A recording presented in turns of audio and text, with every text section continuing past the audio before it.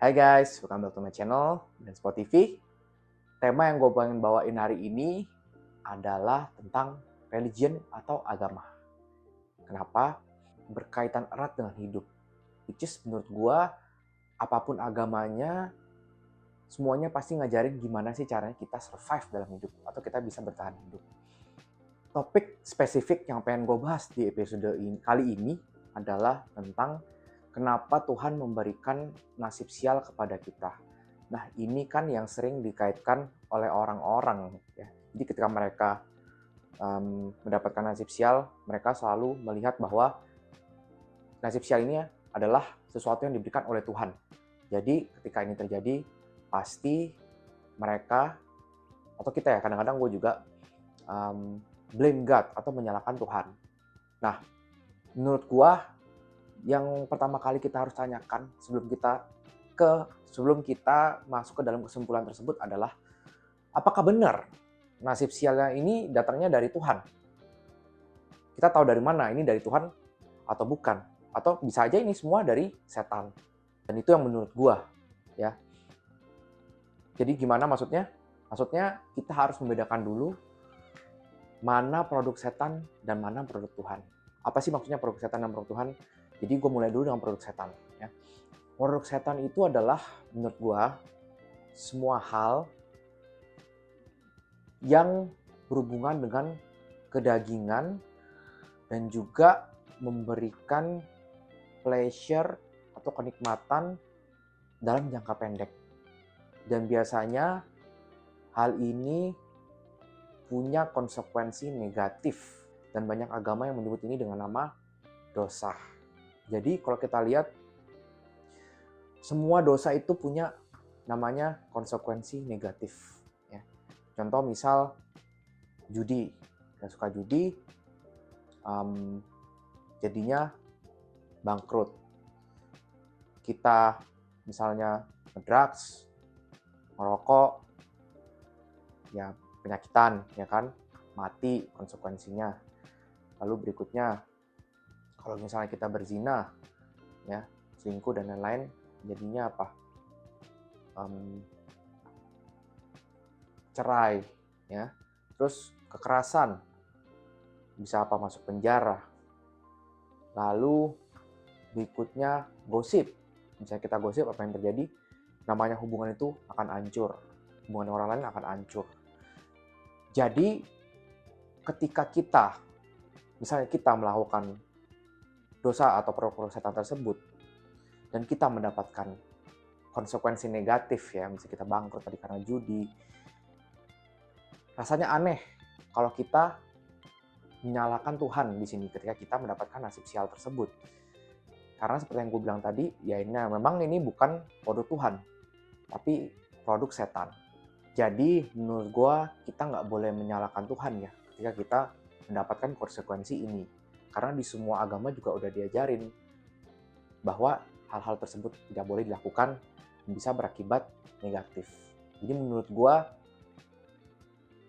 konsekuensi negatif atau nasib sial yang kita dapatkan dari hal tadi merupakan hasil kerjaan setan. Dan memang gue sendiri pun pernah ngalamin seperti ini, ya. Dimana misalnya gue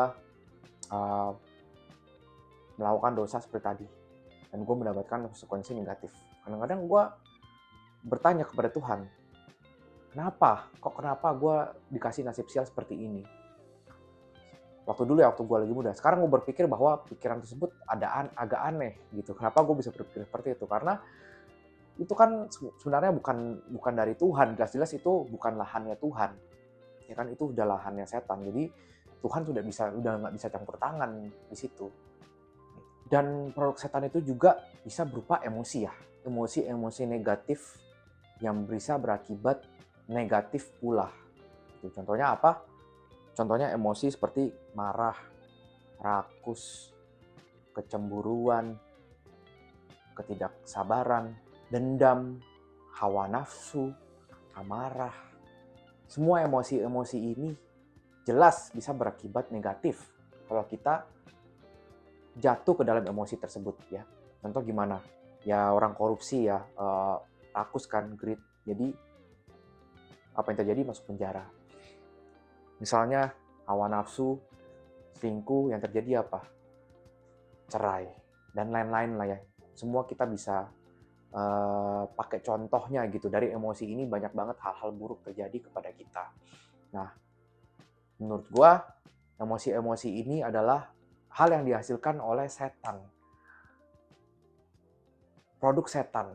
Ya, jadi setan memberikan ini kepada kita agar kita jatuh ke dalam dosa atau konsekuensi negatif. Jadi jangan sampai ya, baik lagi ke tadi, jangan sampai kita menyalahkan Tuhan ketika karena emosi kita ini kita mendapatkan nasib sial atau konsekuensi negatif. Karena memang baik lagi tadi ya, ini bukan lahan dia, ini kalau kita jatuh ke dalam emosi ini, kita udah masuk ke dalam lahannya setan. Jadi tugas kita adalah gimana caranya kita tidak jatuh ke dalam emosi tersebut. Pertama-tama yang harus kita lakukan adalah be aware atau sadar bahwa ketika kita merasakan emosi-emosi negatif tersebut, bahwa ini adalah kerjaan setan. Bahwa setan sedang menguji kita dan sedang berusaha untuk menjatuhkan kita ke dalam emosi-emosi negatif tersebut yang berujung juga pada konsekuensi negatif. Lalu poin berikutnya adalah hal-hal negatif atau hal buruk yang tadi bisa juga terjadi dalam hidup kita karena kita dealing dengan pengikut setan atau kita berinteraksi dengan pengikut setan. Pengikut setan tuh seperti apa sih? Pengikut setan tuh maksudnya ya semua kriminal ya di bumi ini. Yang jelas kalau kita berinteraksi dengan mereka, pasti kita akan mendapatkan namanya negatif konsekuensi atau konsekuensi negatif. Nah, interaksi dengan para penjahat atau pengikut setan ini bisa terjadi karena hal yang sengaja atau nggak sengaja. Jadi sengaja gimana? Kalau sengaja itu adalah kita sudah tahu dia penjahat, tapi kita tetap mau berinteraksi atau dealing sama dia. Jadi itu salah kita gitu. Nah yang kedua adalah secara tidak sengaja.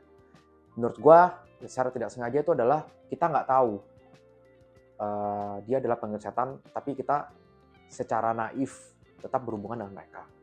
Nah, hal yang kedua ini memang susah dicerna ya, karena memang bukan salah kita.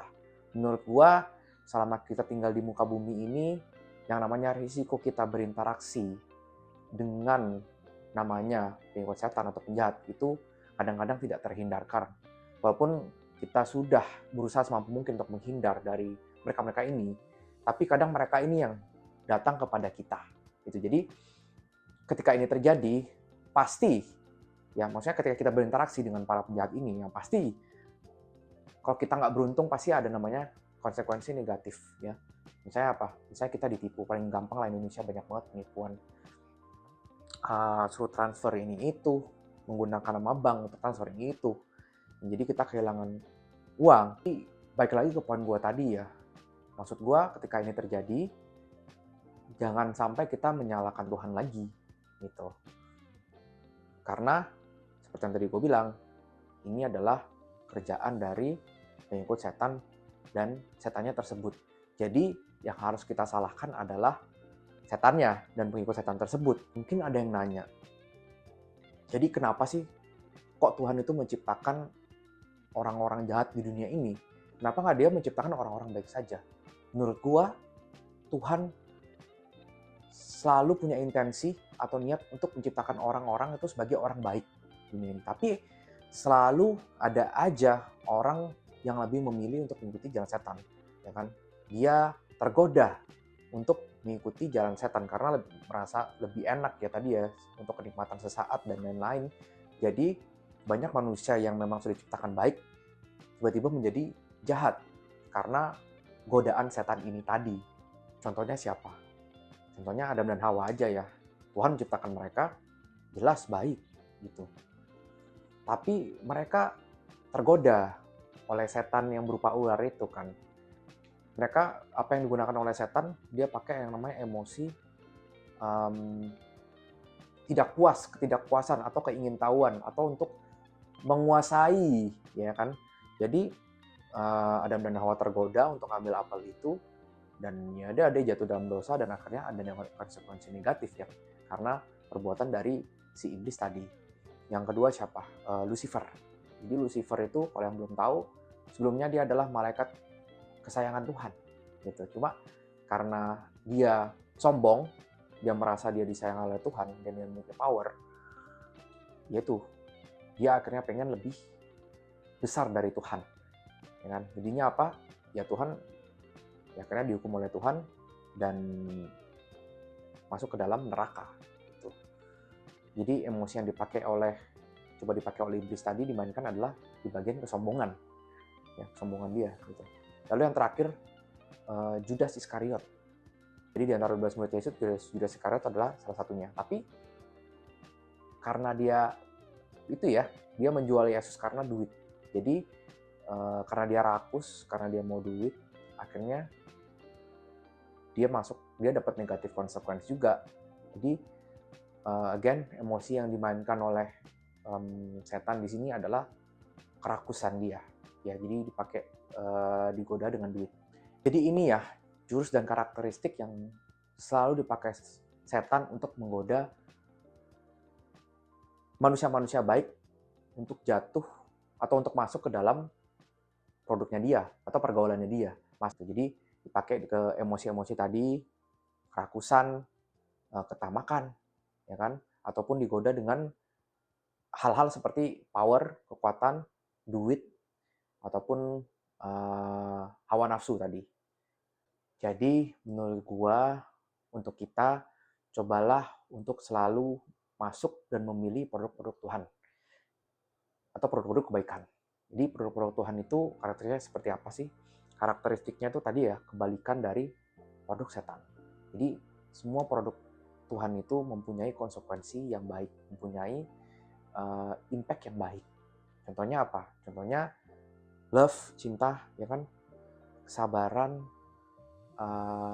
kebaikan, murah hati, rendah hati, dan lain-lain. Semua kalau kalian lihat di sini nggak ada konsekuensi negatif sama sekali.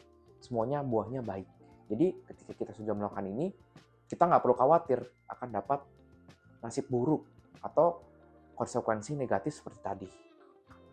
Malah kalau misalnya kita mendapatkan konsekuensi negatif dari produk-produk setan tadi, yang bisa menyelamatkan kita adalah Tuhan. Jadi ketika itu terjadi, larilah ke Tuhan. Jangan lari ke setan lagi. Karena ketika kamu lari ke setan lagi, kamu akan dimasukkan ke jurang yang lebih dalam lagi. Jadi jangan menyalahkan Tuhan, tapi malah kita minta tolong kepada Tuhan. Karena hanya Tuhan yang bisa membebaskan kita dari lubang dan jurang tersebut. Dan gue pengen kasih notes dulu di sini ya, bahwa gue itu posisinya di sini bukan ahli agama ya, atau apapun ya, bukan spesialis agama ya. Tapi gue hanya manusia biasa yang nggak luput dari dosa juga lah. Jadi gue di sini juga bukan mau ngejudge siapapun, tapi gue mau sharing-sharing aja tentang apa yang gue dapatkan gitu. Dan gue berharap dari apa yang gue sharing ini bisa banyak membantu yang mungkin lagi struggle di sana lah. Jadi itu maksud gue, nggak ada maksud lain apapun dari sini. Karena gue juga tiap hari selalu, tadi seperti gue bilang, bergumul dan berjuang juga untuk bebas dari produk setan ini. Gitu. Tapi yang menurut gue, yang paling penting adalah kita mencoba terus aja. Gitu. Walaupun kita gagal pun, jangan sampai kita menyerah, tapi tetap aja kita terus mencoba dan mencoba. Itu yang paling penting. Thank you.